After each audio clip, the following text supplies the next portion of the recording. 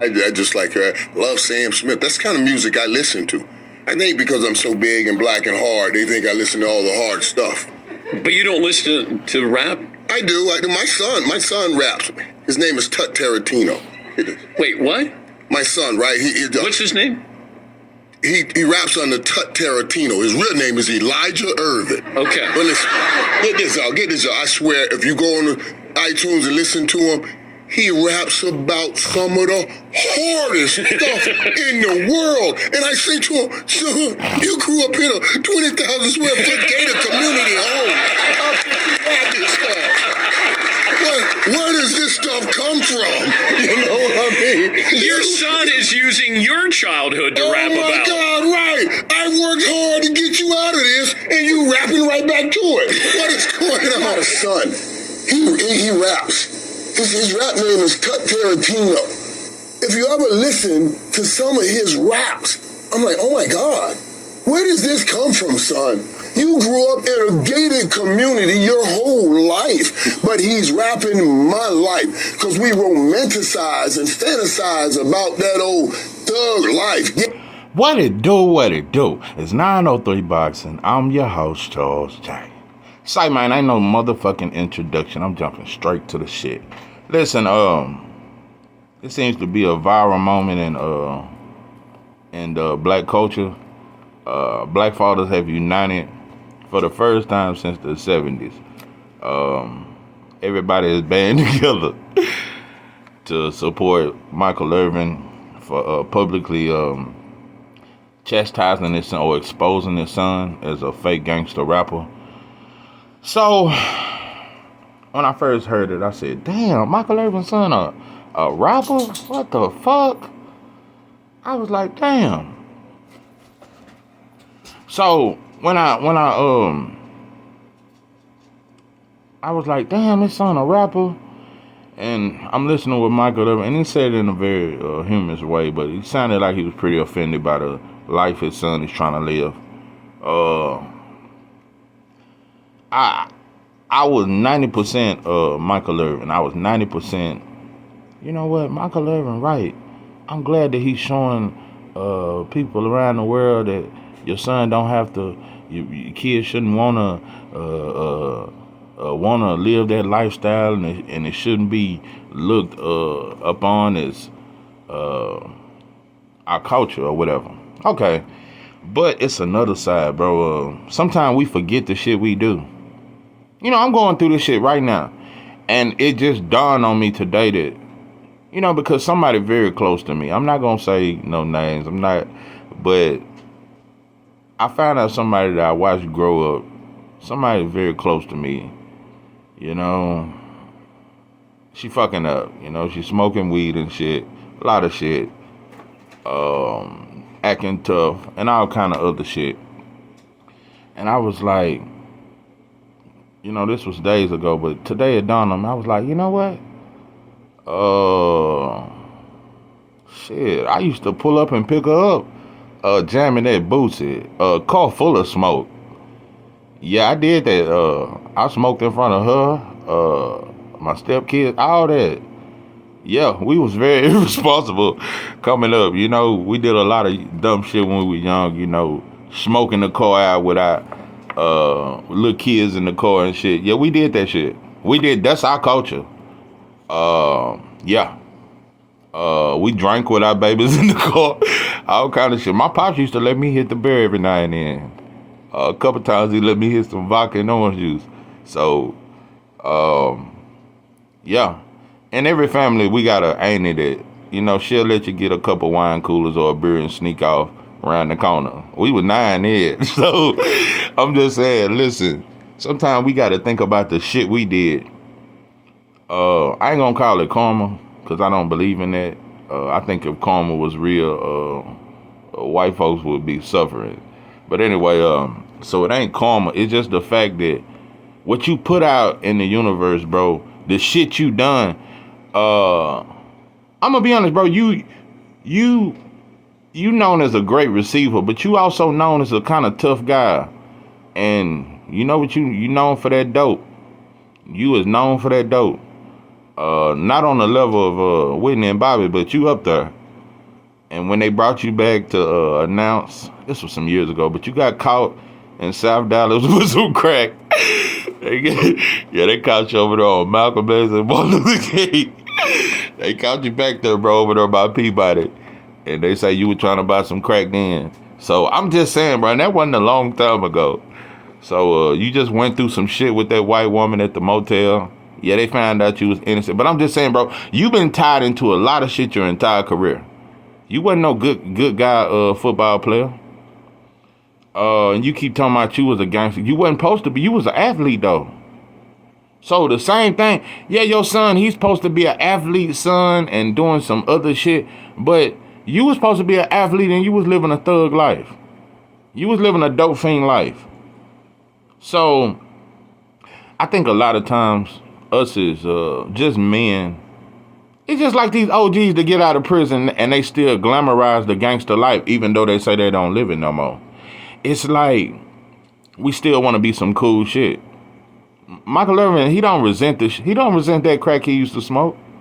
He don't resent all them white women he had all them orgies with. He don't resent none of that lifestyle. And that's what our kids and the people up under us pick up on. They remember that shit. Because we never denounce that lifestyle. We don't denounce it. I'm telling you, that boy grew up riding in the car with you. I ain't saying you was smoking crack, but you were jamming some gangster music.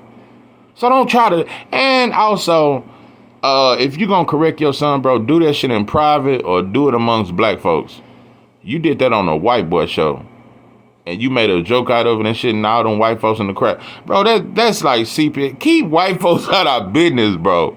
That is our problem. That's why we don't beat our kids' ass no more. We think that shit is wrong or some shit. We don't demand respect. We make deals and shit. You know, black parents, I'm gonna tell you what we the kings and queens of. Threatening the motherfucker.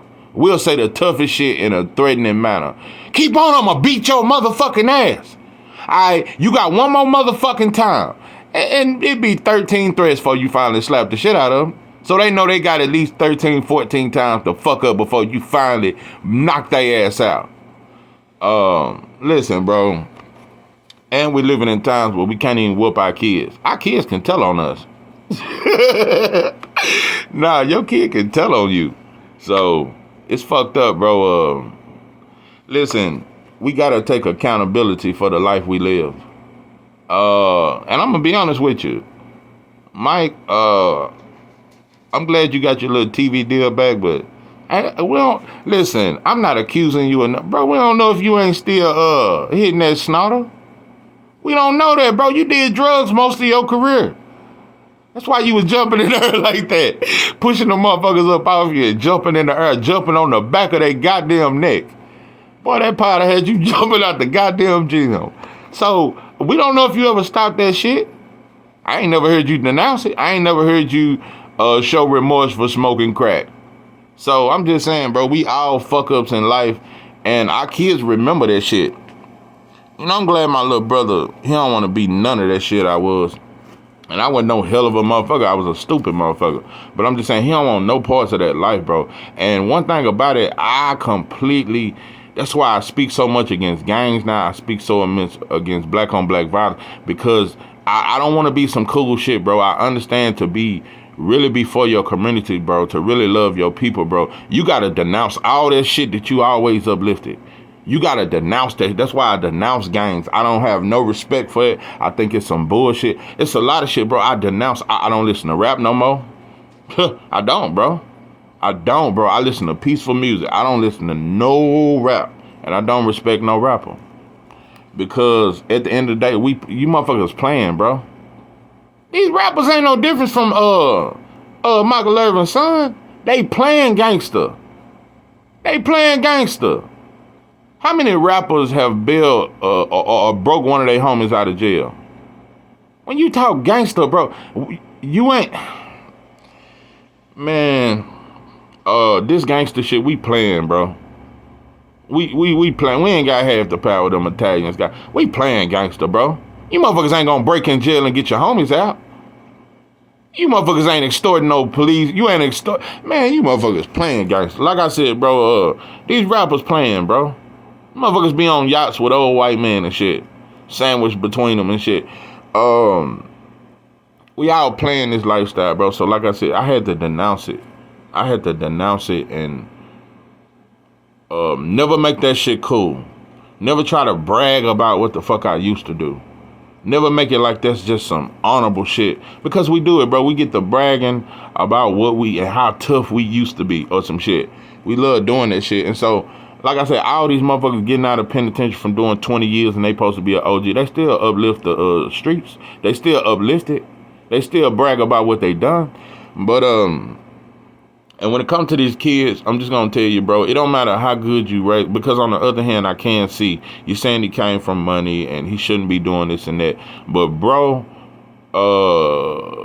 public school, listen, the internet is a motherfucker by itself. But public schools, man, listen, your child, bro, it can be a whole nother person at school. Kids do that shit all the time. They come play nice at home. They doing a whole nother shit at school. Listen, bro.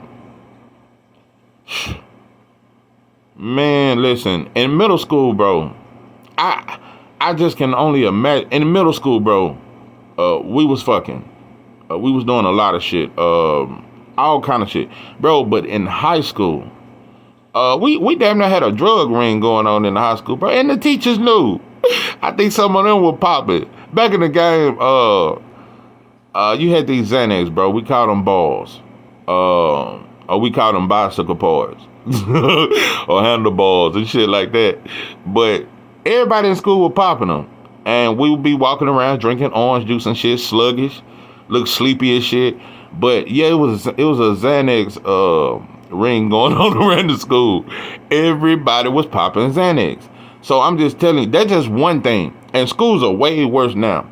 And also, so I look back on that and I'm like, them teachers, all them, because the public school system is no different from how the guards let motherfuckers in the penitentiary use drugs and bring all kind of shit in. It's no different. They'll let you destruct. 90% of the teachers in public schools are white women.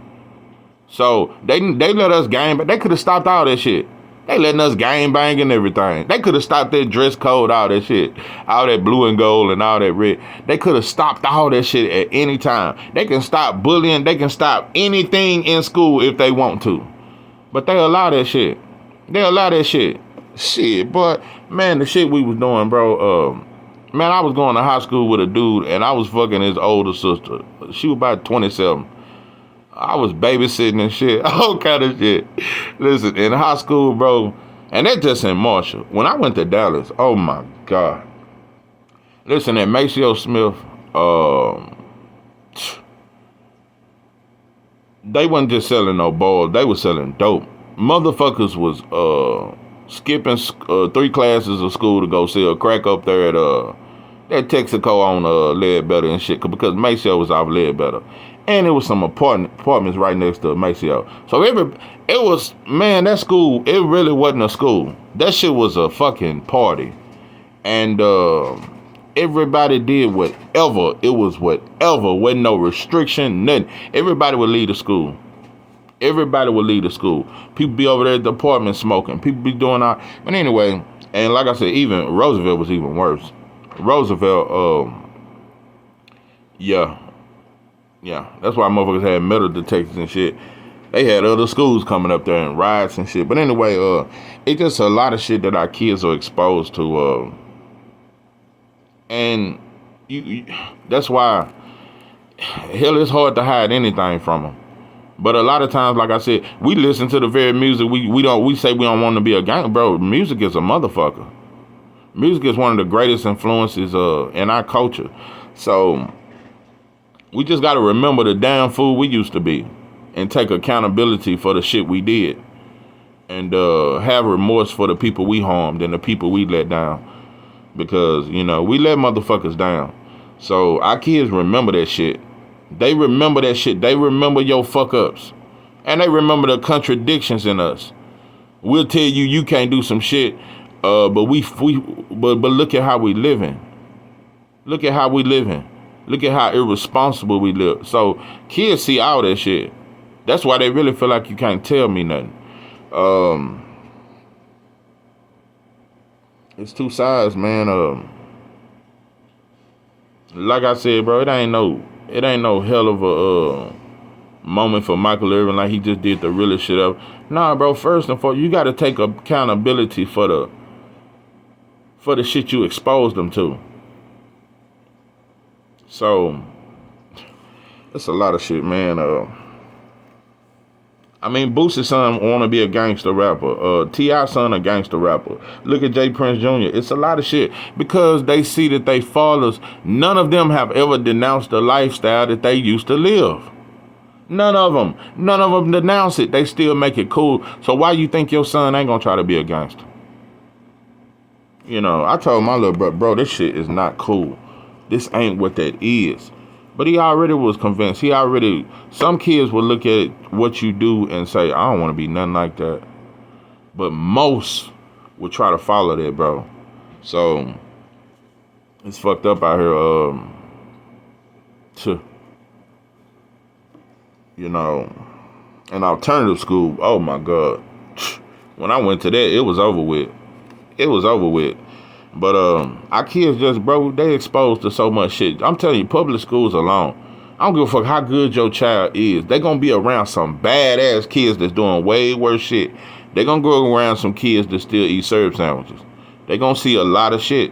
So it don't matter how good you teaching them in the home. When they're in them public schools, and even private schools these days, damn near gangster. Yeah, I think they selling dope at the private schools now. So our kids ain't safe nowhere, bro.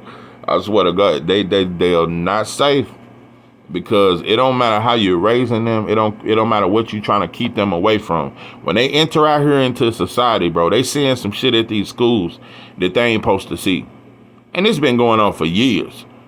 It ain't just high school boys that's messing with grown women. It's these high school girls that these older boys are preying on. So a lot of that shit going on every day. Picking the girls up from the school. Man, it's just wild, bro. They just exposed to too much. And we don't give a fuck. Shit, we ain't even, like I said, bro, we don't even boycott the weird ass laws that they allow our kids to do. Like I said, if it's legal for your boy to cut his dick off now, we just need to shut the fuck up as parents. If we ain't got nothing to say about that, bro, we ain't got nothing to say about nothing. If he can cut his dick off, you might as well let him be a gangster. So, you know, if he can have that option, then he can have the option to sell crack and everything. If you can cut your dick off as a kid, it should be legal for you to sell crack as a teenager. I mean, so I just look at these laws they pass. It's such a contradiction of life. But yeah, where was you at, Michael Irvin? Then where was all you celebrity father and all you well-to-do ass fathers? Where was you motherfuckers at when they was passing these gay laws for our kids? So, but we can't even discipline our kids. So it's a lot of shit, bro. It's just selective outrage, man. I'm pretty sure little old Michael Irvin Jr., I bet he saw a lot of shit as a kid. It's a lot of nights, bro. You was so high, you know, telling what you probably don't remember the shit you showed him or told him. But he remember. Cause I'll tell you, bro, you ain't been clean that long. So, and like I said, you might be still dibbling and dabbling, but that's your business. But you lived a long, drug-filled, gangster life as an athlete. So, just take accountability for the life we live, bro. And when we don't denounce that, when you don't denounce your lifestyle, when you still kind of act like that shit cool, bro, them kids gonna think it's cool. And well, I'm like, I'm mad at this girl for smoking weed. Man, I used to pick her up in the car with smoked out. Them kids was immune to weed. So that's what we do. So, you know, jamming that goddamn boost.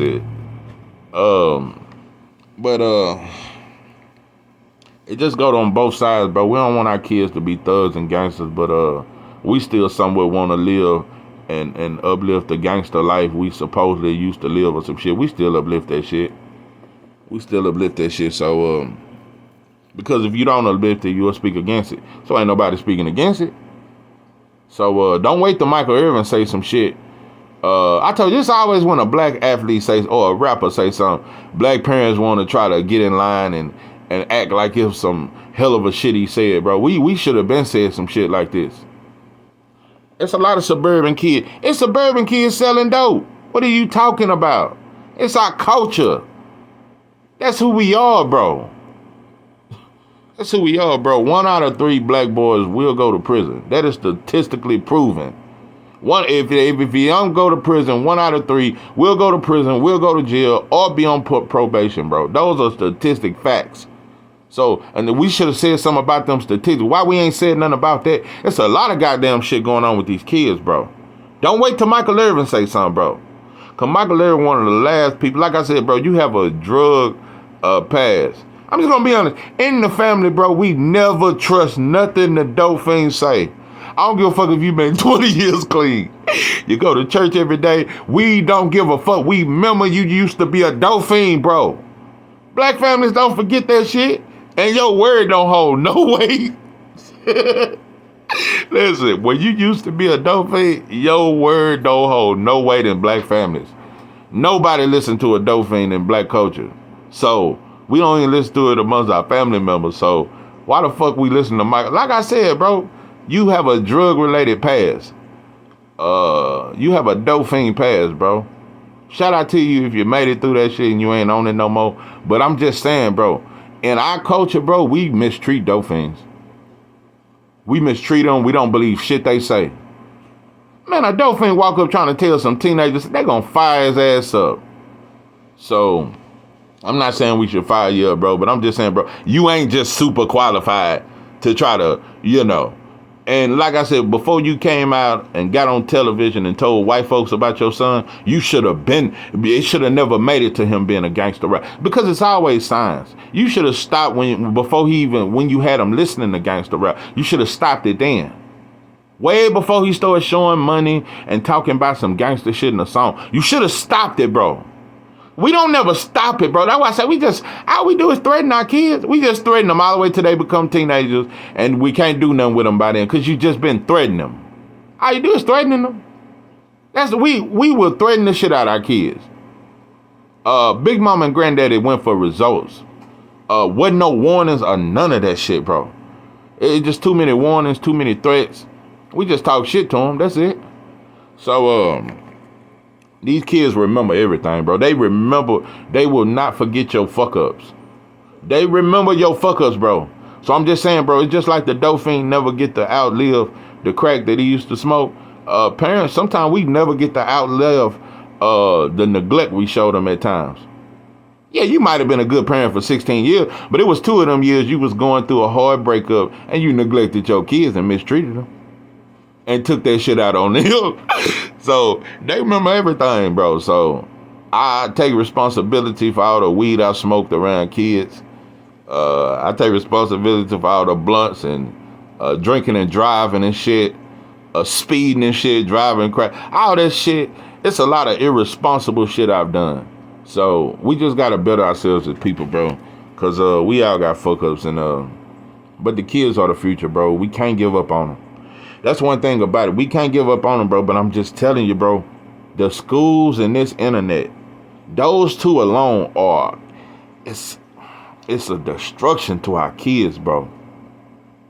When they go to school, they send a whole bunch of kids that are going through way worse shit, that know way more shit, that are way more advanced than shit, that know more shit, that know more about guns, that know more. You got some kids at these schools know about every single drug.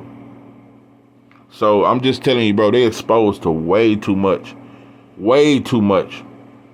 Not enough goddamn education, but way more black culture, which is destruction. So, I mean, look how our teenage daughters dress. Man, I'm not finna keep going. Look at how these little girls dress, bro. We fucked up all the way through, and that's our culture. That's the way they make the pants and the clothes now. If that shit ain't skin tight, you don't even see people with loose clothes. I don't even think they sell that shit no more. All that shit gotta be skin tight or some shit. So it just a fucked up culture we up under, and until we address the coaching and address the schools and address all the bullshit that the teachers and the principals allow, because a lot of teachers be messing with kids, so they got dirt. So yeah, they let the kids do whatever. So them teachers don't give a fuck about them kids, bro. Don't give a fuck about them kids. So until we give a fuck about them, bro, ain't nobody gonna give a fuck about them. And they just point blank, period. And telling white folks our business and getting on these Jimmy Kimmel shows and all that shit, bro, that shit will never help our kids, bro. They just give white folks entertainment, some shit to laugh about. But yeah, this is 903 Bars, and I'm your host, Charles J. With that, I'm out.